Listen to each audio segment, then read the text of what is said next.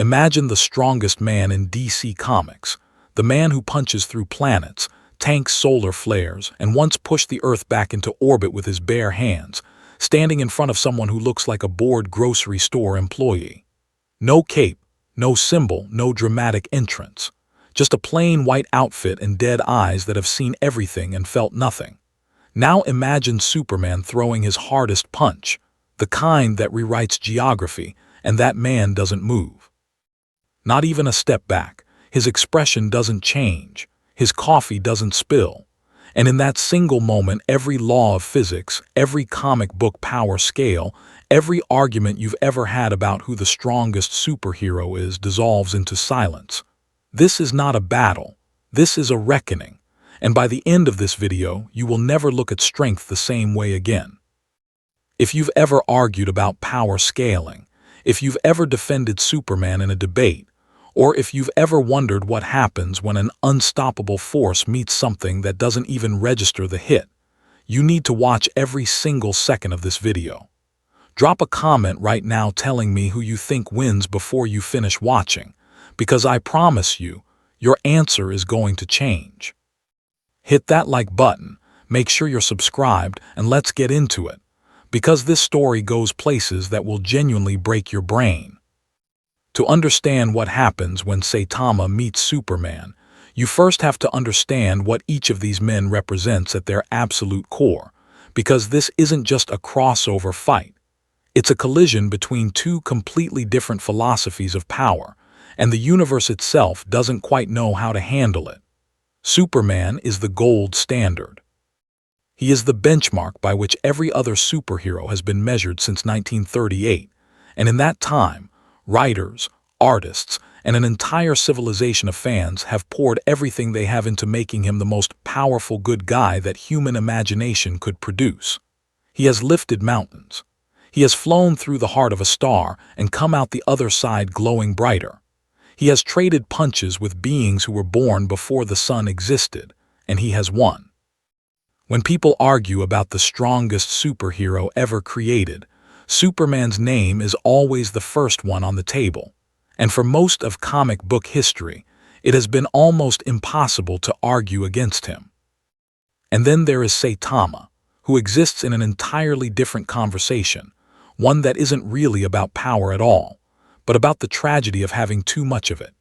He is a man from a world that doesn't have flying aliens or divine champions, just a regular city with regular monsters, and he trained so hard, so relentlessly, so without mercy to himself, that something inside him broke through the ceiling of what a human body was ever supposed to achieve and kept going. He doesn't fly, he doesn't have laser eyes, he doesn't absorb solar radiation. What he has is a punch that ends things. Every fight, every villain, every monster that has ever stood across from him has gone down in one hit. And the cruel joke at the center of his entire existence is that this has made his life completely and utterly empty, because there is no thrill, no challenge, no moment of genuine danger left in the world for him to experience. Now picture the moment these two realities touch for the first time, and understand that it doesn't happen in a dramatic arena with crowds watching and cameras rolling. It happens in the middle of a Tuesday afternoon, in what used to be downtown Metropolis, in the aftermath of an interdimensional rupture that nobody saw coming and nobody was prepared for. The sky above the city splits open like a wound, and from the tier in reality falls something that doesn't belong, a creature that the databases of any known universe cannot identify, something ancient and enormous, and radiating a kind of destructive energy that makes Superman's threat detection systems light up the moment he catches wind of it from 300 miles away. He arrives in seconds, because he always does, and the battle is immediate and violent, and exactly the kind of thing Metropolis has unfortunately gotten used to seeing from a safe distance. What the city is not used to seeing is a second figure drop from the same tier in the sky about 45 seconds after Superman engages, landing on the roof of a parking garage with a sound like a minor earthquake, and then standing up, brushing concrete dust off his shoulders, and staring at the fight below with the expression of a man trying to remember if he turned off his stove before leaving the house. Saitama had been minding his business in Z-City when the portal opened, and he had stepped through it more out of mild curiosity than any sense of urgency. And now he was standing in a city he didn't recognize, watching someone in a red cape absolutely wail on a monster that, if he was being honest with himself, looked like it might actually give him a workout, which meant something rare enough that he felt the faintest, almost forgotten flicker of what might have once been excitement beginning to form somewhere in the center of his chest. The monster, for its part, is not going down easily, and that fact alone is remarkable enough that it stops Saitama in his tracks, because he has spent years watching every monster he encounters evaporate on contact, and seeing one actually absorb a punch from someone who hits like this other guy, whoever this guy is, and come back for more is genuinely interesting. Superman drives the creature through 3 skyscrapers in a row, creates a shockwave that flattens every window within a half-mile radius, and grabs the thing by what passes for its head and slams it into the street, so hard the pavement cracks in a pattern that looks like a spider's web spreading for 2 full city blocks in every direction. The creature staggers, regenerates in a burst of dark energy, and swings back with a limb the size of a freight train, catching Superman across the chest and sending him through the side of a building before he catches himself midair and comes right back. Saitama watches all of this from the parking garage roof, the way a retired boxer might watch a college match, not unimpressed, but with a very specific kind of distance, the distance of someone who knows exactly how this kind of thing ends and is mostly just waiting for the outcome to confirm what he already knows. And then the creature turns, apparently having detected something even it recognizes as significant in Saitama's direction, and Superman, pausing mid-grapple, follows its attention and sees the bald man in the plain white outfit for the first time, and his Kryptonian senses immediately begin trying to make sense of what they are detecting and producing results that they genuinely cannot process. Because Superman can read heartbeats, and Saitama's is calm. Not trained calm or controlled calm the way Bruce Wayne's is, but genuinely, completely, undisturbedly calm. The kind of calm that comes not from discipline but from the total absence of anything to be afraid of. He can measure muscle density, bone structure, neurological firing rates, and every single reading he gets from this bald, average-looking man is so far beyond any biological parameters. His Kryptonian knowledge base contains that his mind keeps trying to rerun the scan as if he misread it the first time. There is no radiation signature, no alien biology, no divine energy, no magic, just a human body that has somehow become something that his instruments do not have a category for, standing there in yellow boots, mildly bored, watching a monster that is currently giving the Man of Steel genuine trouble the way a person at a zoo might watch a mildly interesting but ultimately predictable animal. And then Saitama hops off the roof, lands in the street, rolls his neck once and walks toward the creature, and Superman, operating entirely on instinct, calls out across the noise and chaos to warn him back, to tell this apparent civilian that this is not safe, that this thing hits harder than almost anything he's faced this year. And Saitama looks over at Superman with an expression that contains not defiance, not ego, not even awareness that a warning was something he needed to receive. Just the quiet, slightly tired acknowledgement of a man who has been told dangerous things, were dangerous so many times that the words have long since lost all meaning for him. The creature charges at Saitama with the full force of whatever dark energy animates it, and Superman starts moving to intercept because there is no way in any universe that this man survives that unassisted, and he is 2/3 of the way there when Saitama raises his right arm and the fight ends. Not dramatically, not with an explosion or a shockwave or a cinematic burst of light. It just ends, the way flipping a light switch ends the darkness, completely, instantly, without ceremony or echo. The creature, which moments ago was absorbing direct hits from Superman and regenerating in real time, simply ceases to be a problem, and the space it occupied is briefly full of disturbed air and silence. And then that's it. Superman stops in midair, floating in a city that has gone suddenly, completely, unexpectedly quiet, staring at the man below him who is already turning to look for somewhere to get a snack. And for the first time in a very long time, the Man of Steel has no idea what to do next. Superman has faced gods. That is not a metaphor or a boast. It is a literal fact of his biography, because he has stood in front of beings who were worshipped by entire civilizations, beings who existed before Earth had an atmosphere, beings who could rewrite reality with focused intention. And in every single one of those encounters, no matter how badly it went at the start, no matter how many times he got knocked through a moon or had his powers stripped or found himself on the losing end of something he didn't fully understand, there was always a moment where Clark Kent looked at the thing across from him and thought, with genuine conviction, that he understood the shape of the problem. He could measure it, categorize it, find its edges, and then he could push. That is what Superman does. He pushes, and eventually, with enough of himself committed to the fight, the problem gives way, because everything gives way eventually when you hit it with enough of what he has.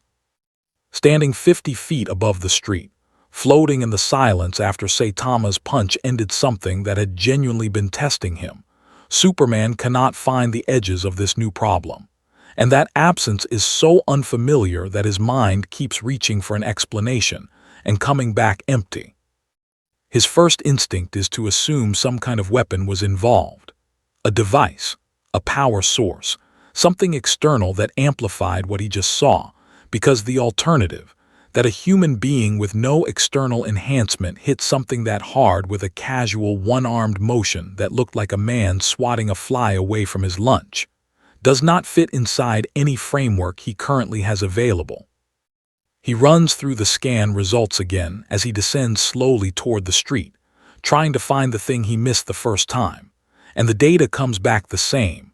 No weapons, no energy signature, no alien DNA, no magical resonance, just an unremarkable human body that is currently walking toward a hot dog cart with the quiet, purposeful energy of someone whose most pressing concern is whether they want mustard. He lands, he approaches.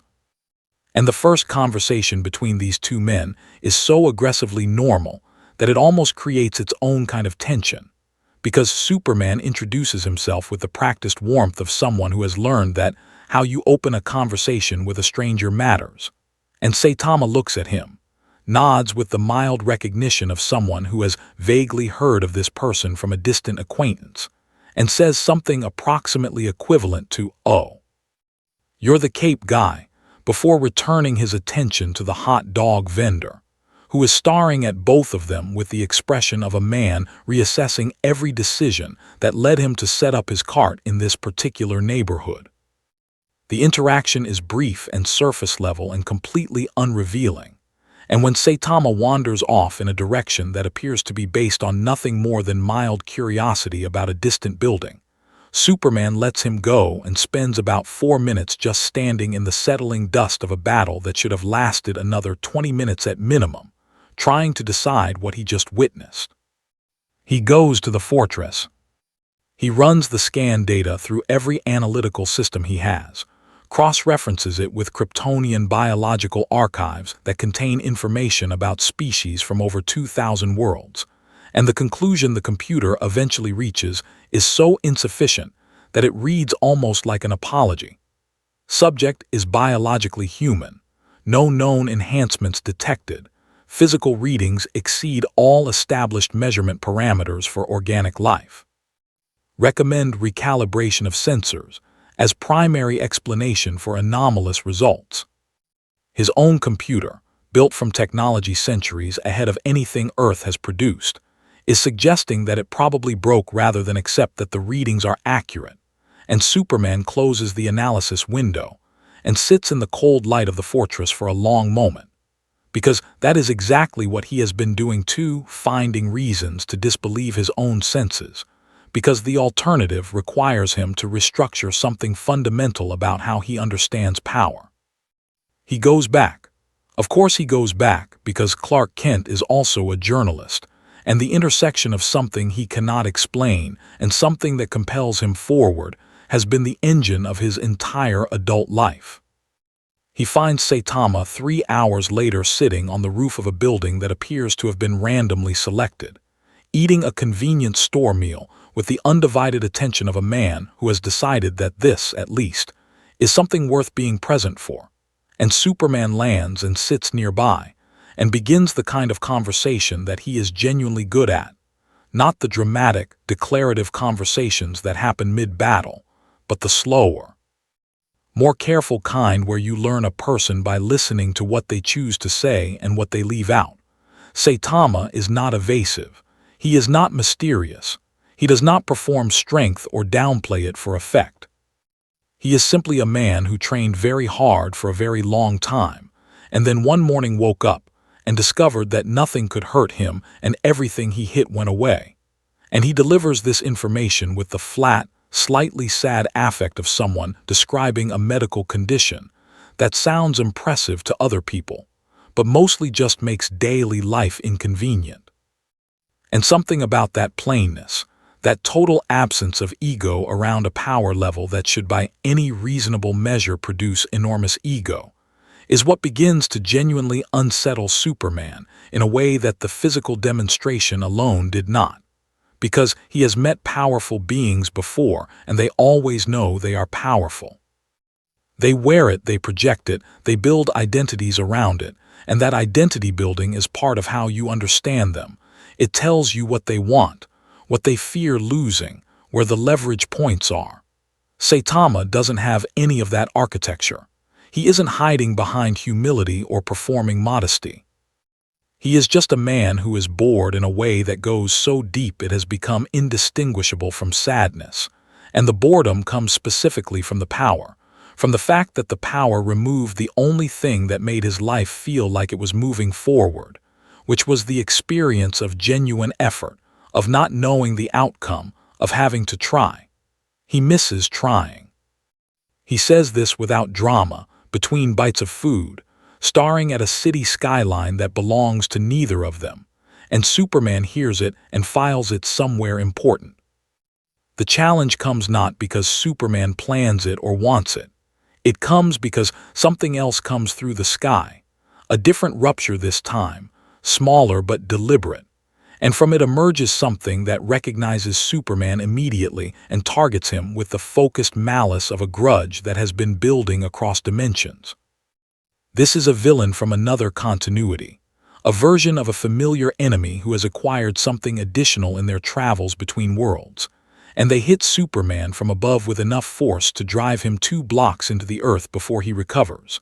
And the fight that follows is the kind that Metropolis residents have unfortunately developed a certain protocol for: get underground, stay away from glass, check back in an hour.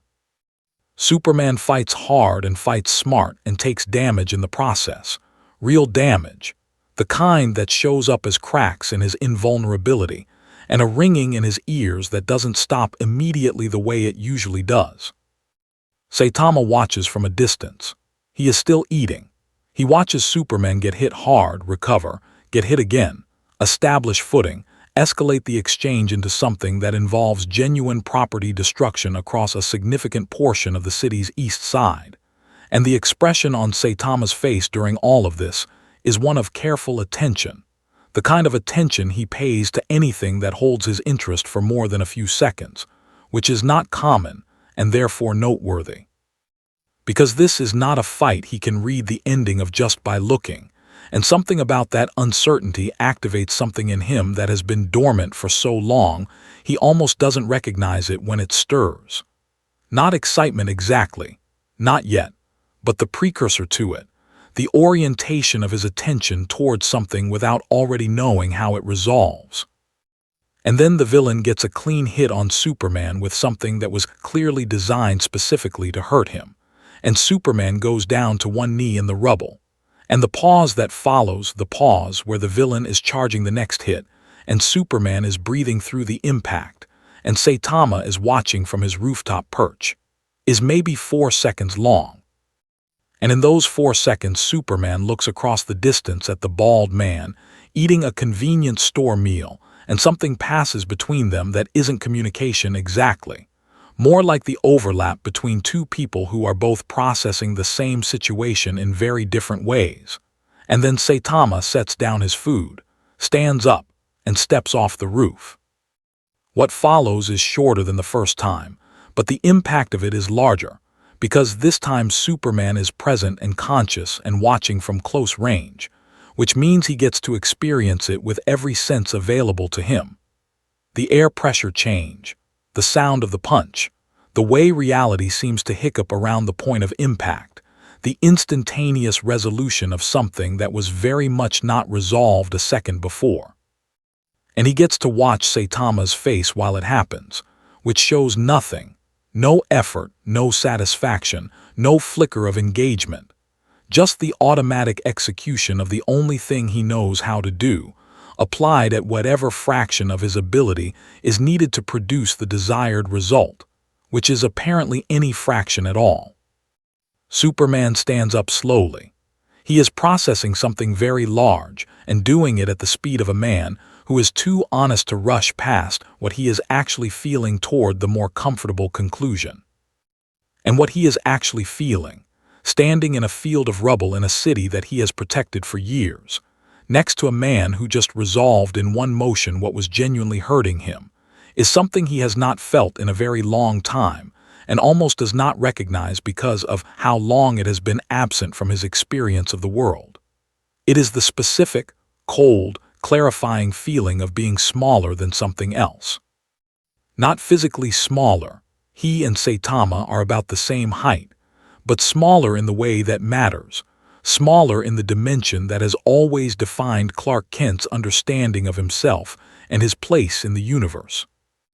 And he stands in that feeling for a long moment, not running from it, because he was raised by people who taught him that honesty about hard things was the only foundation worth building on. And then he exhales and looks at Saitama, and for the first time in this encounter, he asks a genuine question. Not an assessment question, not a data-gathering question, but the real one, the one that has been sitting underneath all the scanning and analyzing since the moment this afternoon began. And what he asks is simply, how strong are you really? And Saitama looks at him with the tired eyes of someone who has been asked this before and never found an answer that felt true and says, I don't know, I've never had to find out. The Justice League has a protocol for everything, and that is not an accident. It is the result of years of very expensive, very public lessons about what happens when the most powerful beings on the planet operate without coordination, without communication, without a shared framework for deciding what qualifies as a threat and what qualifies as something else entirely. They have protocols for alien invasions, for dimensional breaches, for rogue metahumans, for magical catastrophes, for situations where one of their own members goes compromised, and for scenarios so unusual that the protocol essentially amounts to get everyone in the same room and figure it out together. It is that last protocol that gets activated when Superman files his report about the events in Metropolis, because what he describes does not fit cleanly into any existing category, and the League has learned, sometimes painfully, that things which don't fit existing categories deserve immediate collective attention rather than the comfortable assumption that they can be sorted out later. The report itself is careful and precise, because Clark Kent writes the way he was taught, with facts first and interpretation second. But even with that discipline applied, what the report says is remarkable enough that it generates an emergency meeting within 6 hours of submission. Batman reads it 3 times before the meeting, which is 1 more time than he reads anything, and arrives having already begun a parallel analysis that he has not shared with anyone yet, because he needs more data before he is willing to say out loud what the data is currently suggesting. Diana reads it once and immediately understands that the situation is more complex than a power assessment. She has spent enough time studying warriors across centuries to recognize when someone has described not just strength, but the particular kind of strength that comes from having passed through limitation and out the other side of it entirely. Bari reads it and immediately wants to run the numbers, which in his case means calculating what kind of force would be required to produce the outcomes described, and the numbers he gets back make him run them again because computers make mistakes sometimes, and so does he. Arthur reads it and says very little, which for Arthur means a great deal. Superman stands at the front of the room and describes what he saw without embellishment or qualification, and the room listens with the particular quality of attention that the League brings to things that genuinely surprise them, which is not a common experience for this group of people.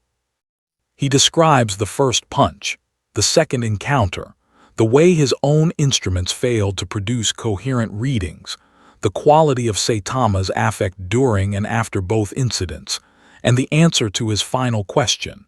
And when he finishes, there is a silence that lasts long enough to become meaningful.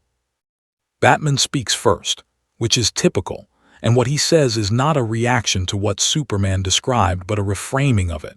He wants to know not what Saitama did, but what Saitama chose not to do, because in Batman's analytical framework, the most informative data point about any powerful entity is never the force they applied but the force they withheld, and by that measure, the figure Superman described withheld essentially everything, which either means the situation never required more or means there is no upper limit to locate.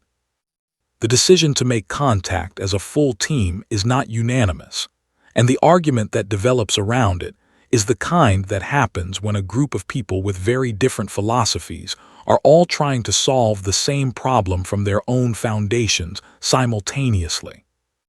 Diana argues for direct engagement on the grounds that you cannot understand someone by studying them from a distance, that the warrior's knowledge comes from proximity and exchange, and that standing apart from Saitama and running analyses is going to produce exactly as much useful information as standing apart from any ocean and trying to understand it by watching it from the shore. Bari argues for caution on the grounds that they don't know what they're dealing with yet, and that caution is not the same as fear. It's just the sensible application of incomplete information. Arthur says something blunt about the fact that, in his experience, when you're uncertain whether something is a threat, the right move is to find out rather than theorize, and the way you find out is you go look at it directly. Batman says nothing further, and everyone in the room knows that he has already made his own plan, and the meeting is partially theater. They find Saitama the following morning in what turns out to be a temporary shelter he has set up in an unoccupied building near the edge of the city, because the portal that brought him here also apparently closed behind him, and he has not yet figured out how to get back, which means he is effectively stranded in a universe that is not his own, living on convenience store food purchased with money he found in his jacket pocket, watching a television that gets 3 channels, and exhibiting a level of distress about this situation that can most accurately be described as minimal. He is aware that he is somewhere unfamiliar.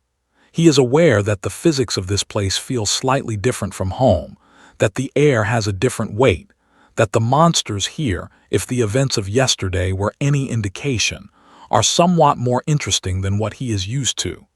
He is not panicking. He found a good rice cooker at a discount store 2 blocks away, and that has improved his quality of life considerably. The arrival of 6 of the most powerful individuals on Earth at the door of his temporary residence is the kind of thing that would, for most people, produce some level of physiological response. Elevated heart rate, muscle tension, the basic biological signals that the body sends when it registers the presence of concentrated power and interprets it as a potential challenge.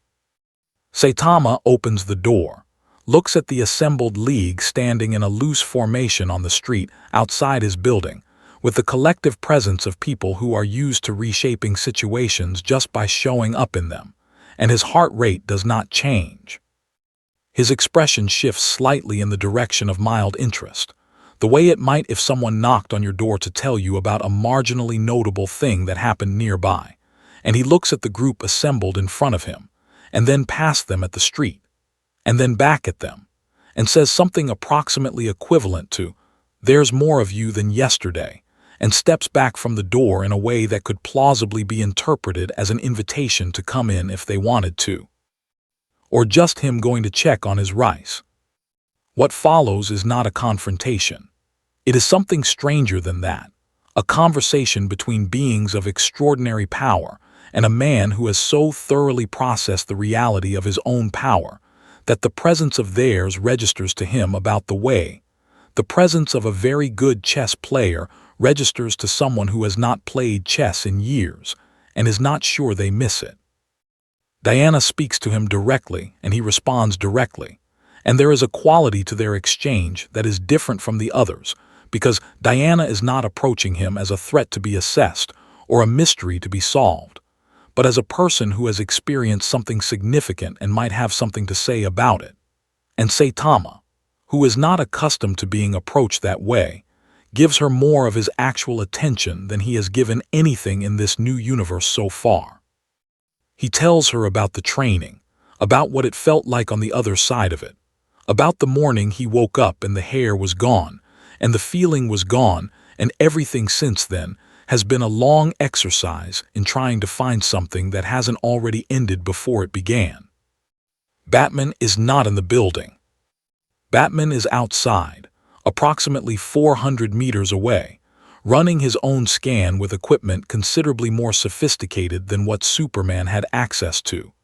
And the results he is getting are doing something to his internal monologue that he will not share with anyone present, but that, if transcribed, would read something like an extended recalculation of every assumption he has ever made about the upper boundary of what a human body trained to its absolute limit is theoretically capable of producing. He has spent his entire life operating on the premise that willpower and preparation and relentless dedicated training can close the gap between a normal human and an extraordinary one, that the gap is not fixed, that it can be worked at and narrowed and possibly, in extreme cases, eliminated. What his instruments are currently telling him about Saitama suggests that someone took that premise and followed it so far past where Batman himself stopped that the distance between them is not a gap anymore. It is an entirely different dimension of the concept, and Batman sits with that information in the way he sits with all genuinely difficult information, which is quietly and without visible reaction, and with the absolute private acknowledgement that it changes things. The moment that shifts the entire dynamic of the encounter comes from Barry, because Barry's instinct when he meets someone new and interesting is to propose a test, and his test is simple and good-natured and delivered with the genuine enthusiasm of a person who loves data and is not yet fully reading the room. He wants to know if he can outrun Saitama, just a short sprint, nothing serious, just to get a baseline. And Saitama agrees without any particular investment in the outcome, the way you agree to try a food you've never had before, mostly because saying no requires more energy than saying yes. They go outside. They line up. Barry does not use his full speed because this is just a baseline, just a friendly measurement, and he runs the length of 3 city blocks and turns around expecting to find Saitama somewhere in the first block, maybe the second if the result is interesting, and Saitama is already there. Already there. Not having run, not having appeared to move at any speed that anyone watching could register, just present in the way that something is present when it doesn't need to travel to arrive. Barry's mouth does something that is not quite speech for a moment. He looks at where Saitama is standing, and then at where they started, and then at his internal clock, which is the most accurate time-measuring instrument in this or possibly any universe, and it is telling him something that his face is going to take several seconds to finish processing. He looks at Superman. Superman looks back at him with the expression of someone who is watching another person arrive at the same destination he reached yesterday, and feeling something complicated about being in the position of the one who already knows. And Diana, who has been watching all of this with the careful attention of someone who has spent 3,000 years learning how to read situations that don't reveal themselves easily, looks at the bald man in the plain white outfit standing at the end of 3 city blocks looking mildly curious about whether anyone wants to go again, and says something quietly in a language older than this city that translates roughly into an acknowledgement that some things exist outside the categories you built to contain them, and that the correct response to those things is not fear or denial, but the particular kind of respect that you extend to something genuinely larger than your current understanding. The League regroups that evening without Saitama present, and the conversation is different from the morning one, quieter, more careful, more honest about what each of them is actually thinking rather than what they think they should be thinking. And what emerges from that conversation, slowly and with some resistance, and then with increasing clarity as the night goes on, is that the question they came into this with, is this a threat? Is this something they need to handle, is the wrong question. And the right question is something considerably more uncomfortable. Something that has Superman staring at the ceiling of the watchtower at 2 in the morning. And that question is this. If something arrived tomorrow that required everything this League has, everything Superman has, every resource and power and prepared response they collectively possess, and it still wasn't enough, what then? The answer to the question the League was asking themselves at 2 in the morning comes 48 hours later, and it does not arrive gently or with any particular consideration for their readiness, because the universe has never been especially interested in giving people time to prepare for the things that are going to genuinely test them. What comes through is not another interdimensional creature, not another villain from a neighboring continuity, not anything that fits the taxonomy of threats they have built their entire operational framework around. It is something older than that, something that the more ancient members of the League's extended network recognize immediately and respond to with the specific kind of urgency that bypasses normal communication channels and goes straight to the direct, unfiltered signal that means this is not a drill, and there is no time to have the preliminary conversation about whether this is a drill. It is a force that exists at the intersection of cosmic scale and personal malice, something that has destroyed civilizations not as a side effect of its passage, but as a deliberate, considered choice made with full awareness of what it was ending. And it has arrived in this universe following the same dimensional disruption that brought Saitama here, drawn by the energy signature of the breach, the way certain things are drawn to openings in the fabric of what should be closed. Superman feels it before he sees it, and the feeling is specific and unpleasant in a way that his body reserves for a very small category of situations. It is the feeling of something that his power registers not as a challenge to overcome, but as a weight to be endured, and there is a difference between those two things that every truly powerful being eventually learns to distinguish.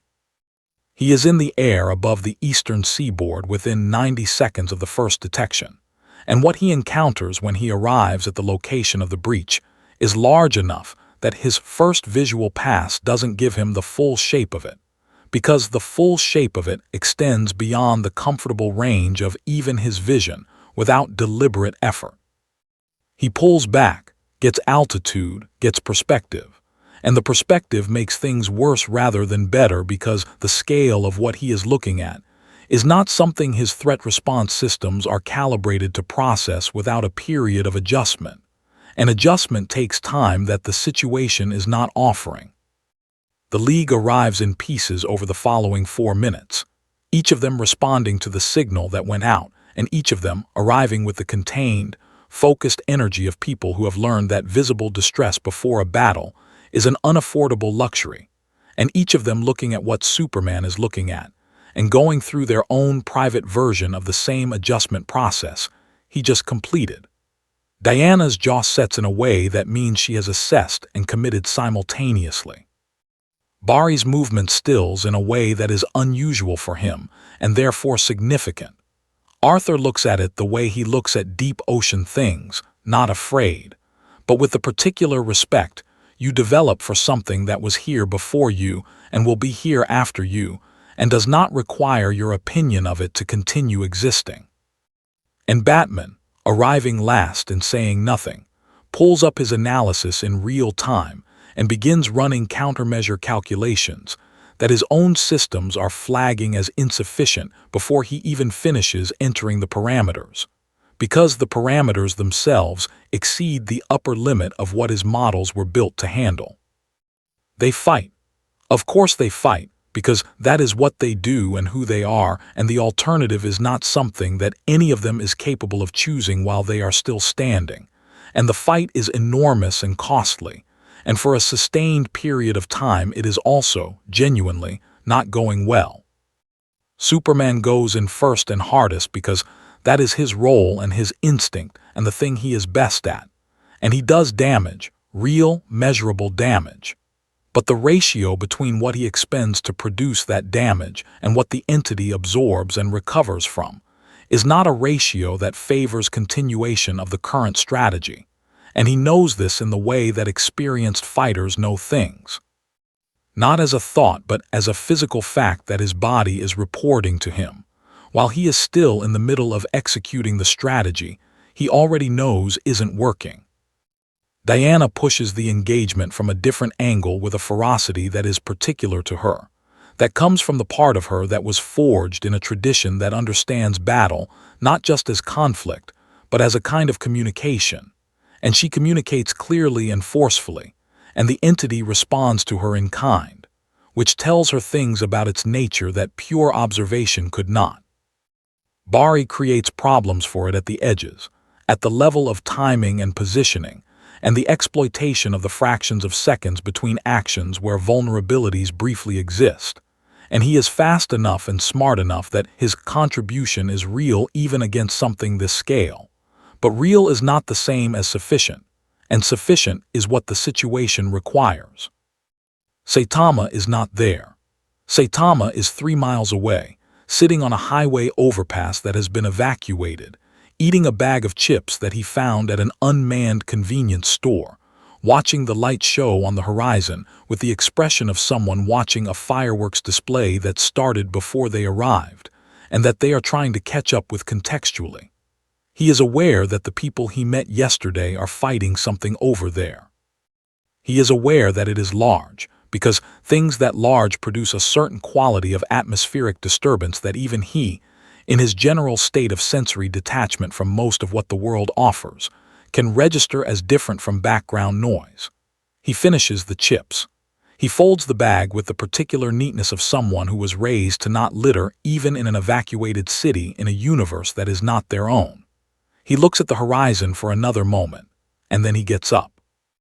The walk takes him longer than the run would have, but he walks, because there is no urgency in his body even when there is something approximating a decision in his mind, and the decision is not dramatic. It is the quiet, almost administrative resolution of a man who has looked at a situation and determined that he is going to go address it. The way you might decide to deal with a leaky faucet that has been making a noise in the background of your evening for long enough that the noise has become more annoying than the effort required to fix it. He arrives at the edge of the engagement zone and stands there for a moment, taking in the full scope of what is happening, watching the people he has met over the last 2 days throwing everything they have at something that is not going down, and his expression during this observation does not contain alarm or awe or the particular energy of someone who is calculating whether they are capable of contributing to what they are witnessing. It contains the specific quality of attention that he gets, rarely, when something in front of him has not yet resolved into something he already knows. Superman sees him from the air, in the brief half-second between being thrown back and recovering forward, and what he feels in that half-second is something layered and complicated. There is relief in it, the basic relief of reinforcement arriving, but underneath that is something else, something that he has been sitting with since the first afternoon in Metropolis, and that this moment is about to either confirm or finally, mercifully complicate. He calls out across the distance and the noise and the chaos, not with a specific instruction but with something more like an acknowledgement, a recognition that Saitama is present, and that what happens next is now partly a function of what Saitama chooses. And Saitama hears it, and nods once in the unhurried way of someone who heard and understood, and has already moved past the acknowledgement into whatever comes next. What comes next is the thing that the entire first half of this story has been building toward, and it arrives not with a countdown or a dramatic gathering of energy or any of the visual vocabulary that power usually announces itself within these kinds of encounters. Saitama walks forward into the engagement zone, and the entity which has been focused on the aerial battle above it becomes aware of him the way very large things become aware of small things, slowly, then completely, with a shift in attention that is itself a kind of physical force. It turns toward him. It deploys what it has been deploying at Superman and Diana and the rest of the League, the thing that has been making this fight difficult, the concentrated expression of whatever it is and whatever it does, and it deploys it at Saitama directly and without reservation. And Saitama walks through it the way you walk through a light drizzle when you have already decided you are going somewhere, and the rain is simply a feature of the environment rather than a reason to reconsider. He stops about 20 feet from the base of it. He looks up at the full scale of what he is standing in front of, and for a moment, a genuine, unperformed moment that everyone present who is still conscious will later describe as the most unsettling thing they witnessed in an encounter full of unsettling things, his expression changes. Not into fear, not into excitement, not into the battle face of someone preparing for maximum effort. It changes into something more specific than any of those, something that looks almost like the faint, private hope of a person who has been told for a very long time that something impossible exists and is standing in front of it for the first time, and finding themselves genuinely uncertain about what is going to happen next. And that uncertainty is, for Saitama, the rarest and most precious thing that the universe still occasionally offers him.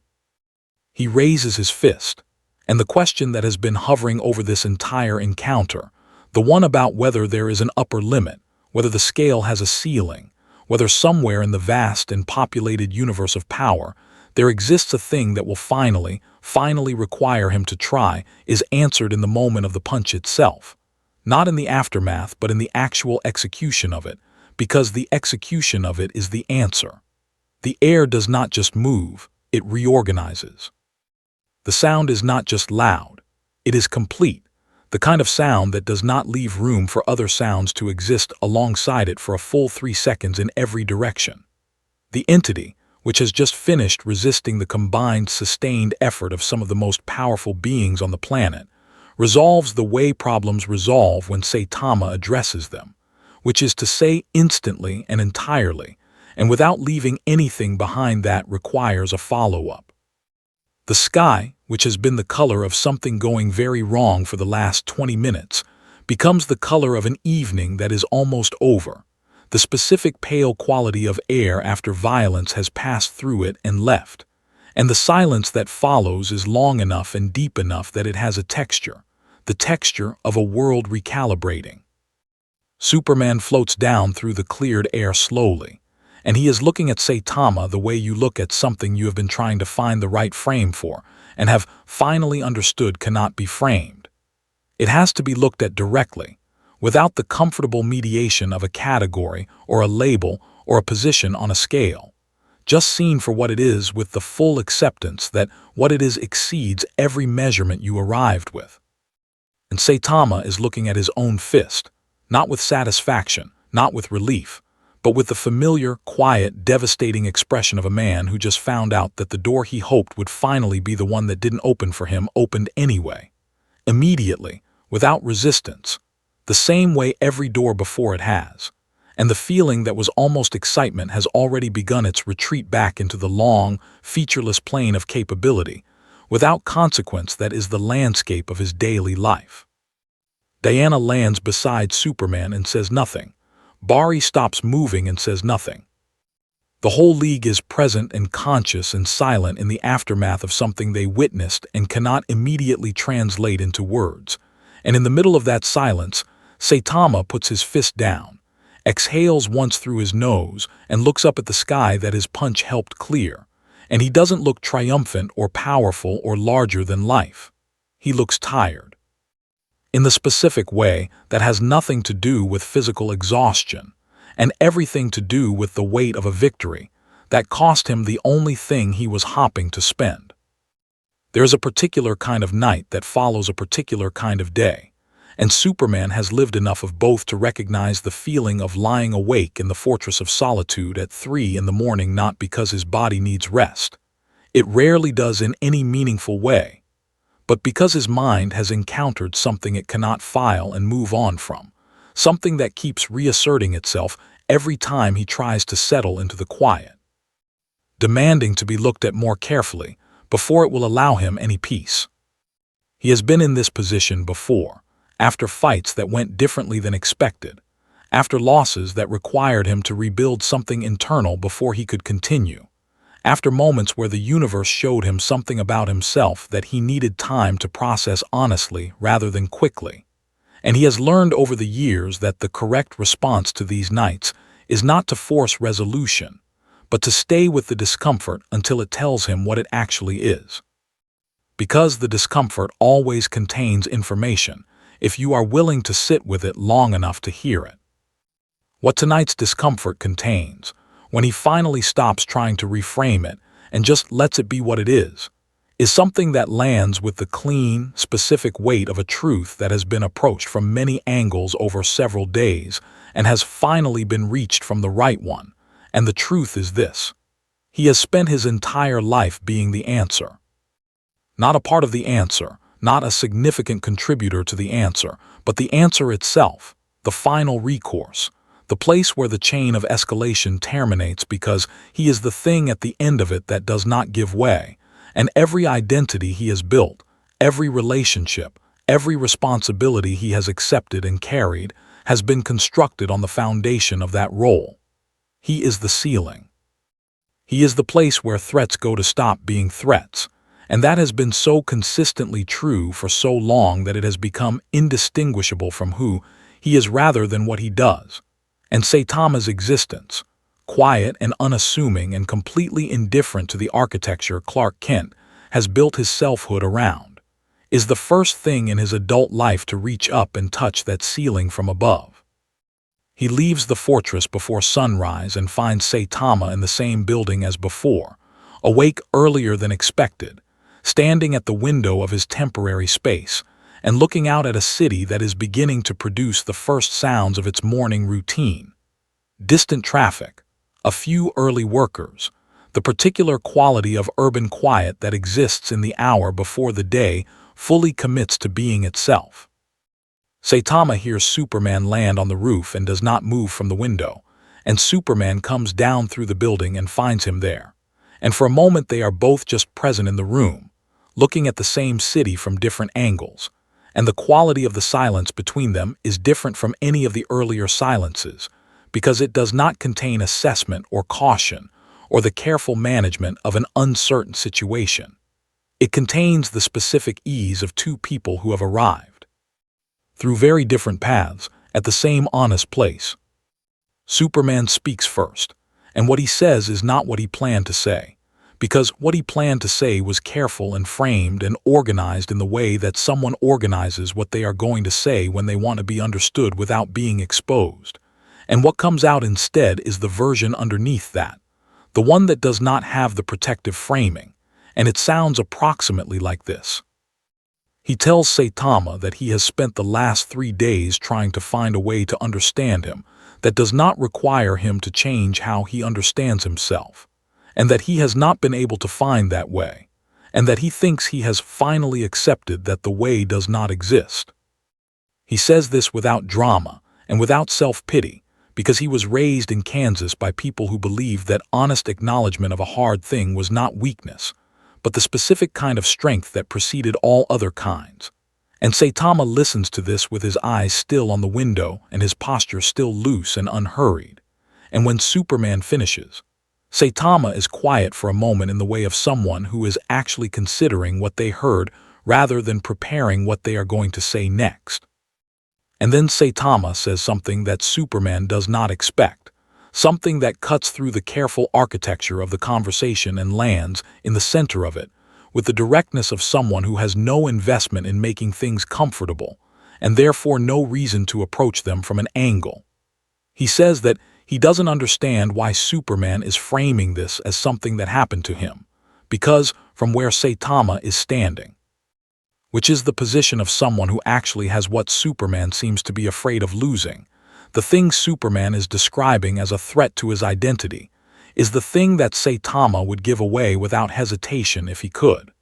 He says it plainly, the way he says most things, without weight or performance, and the plainness of it is what makes it land as hard as it does, because there is no cushioning on it, no diplomatic distance between the words and what they mean. Superman turns this over slowly, because it deserves to be turned over slowly, and what he finds on the other side of it is something that shifts the entire frame of the last 3 days in a way that is both uncomfortable and clarifying simultaneously.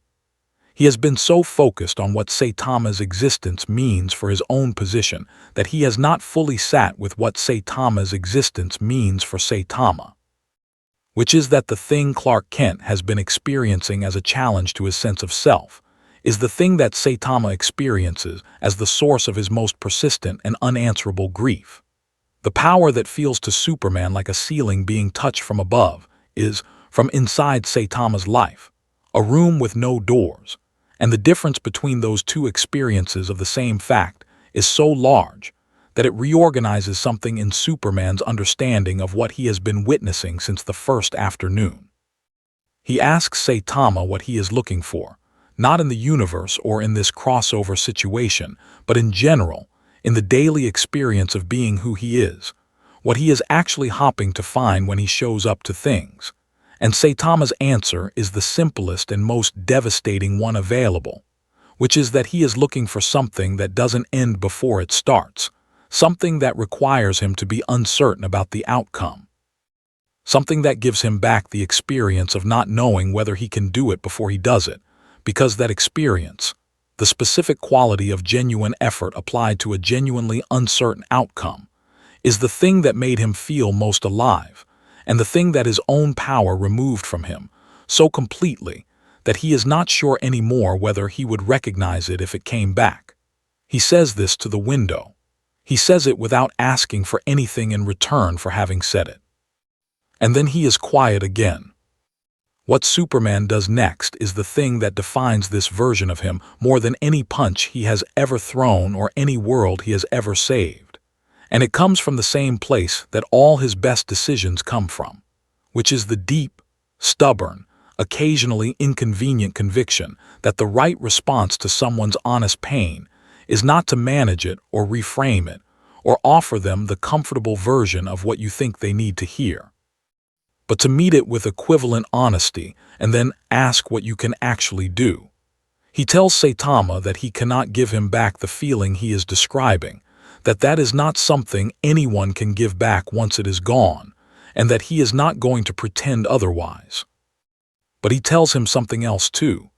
He tells him that there is one thing he can offer that he has never offered to anyone in the 40+ years of his life as the person who is always the answer, and that thing is a genuine attempt, not a demonstration, not a calibrated effort designed to produce a particular result, but the actual full expression of everything he has, aimed without reservation at someone he knows can take it, for the specific purpose of making Saitama have to be present in a way that the outcome is not already decided before it begins. He is proposing a fight, but not the way fights are usually proposed in this genre, not with ego or point-proving or any of the territorial energy that usually underlies these encounters. He is proposing it as a gift, as the closest thing he can offer to what Saitama told him he has been missing, and the honesty of the framing is what makes it something other than what it would be if the framing were different. And Saitama turns from the window for the first time in this conversation, and looks at Superman directly, and his expression contains something that has not been visible in it since the moment he stepped through the portal into this universe. Not excitement. Not quite. Because he has learned to be suspicious of the feeling that might be excitement because it has disappointed him so many times.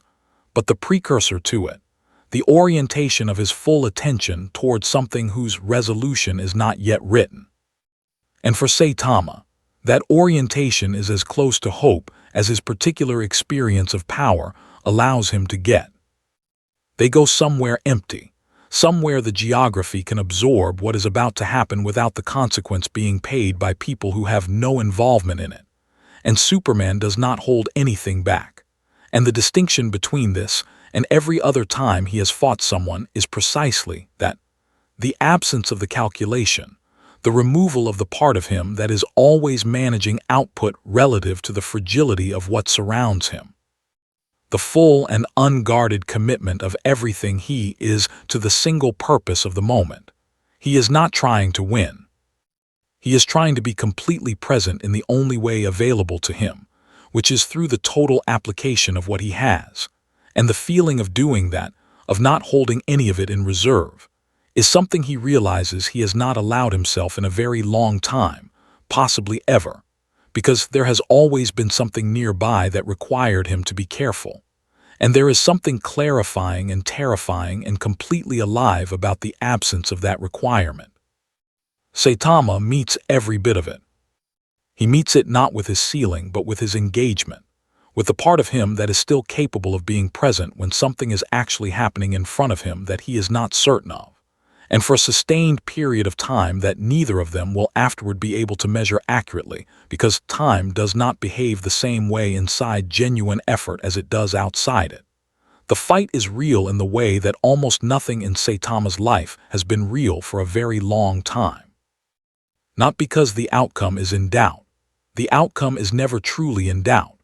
But because Superman's total commitment produces something in the exchange that Saitama has to meet with more than the automatic response, something that requires him to be actually there, rather than just present in body while his mind is somewhere else cataloging the boredom, and the experience of being actually there, of having to meet something rather than simply end it, is so unfamiliar and so wanted that when it eventually resolves, when Superman's everything runs up against Saitama's enough, and the physics of the situation produce their inevitable conclusion, Saitama is left standing in the aftermath of it with something on his face that takes him a moment to identify, because he has not seen it there in so long.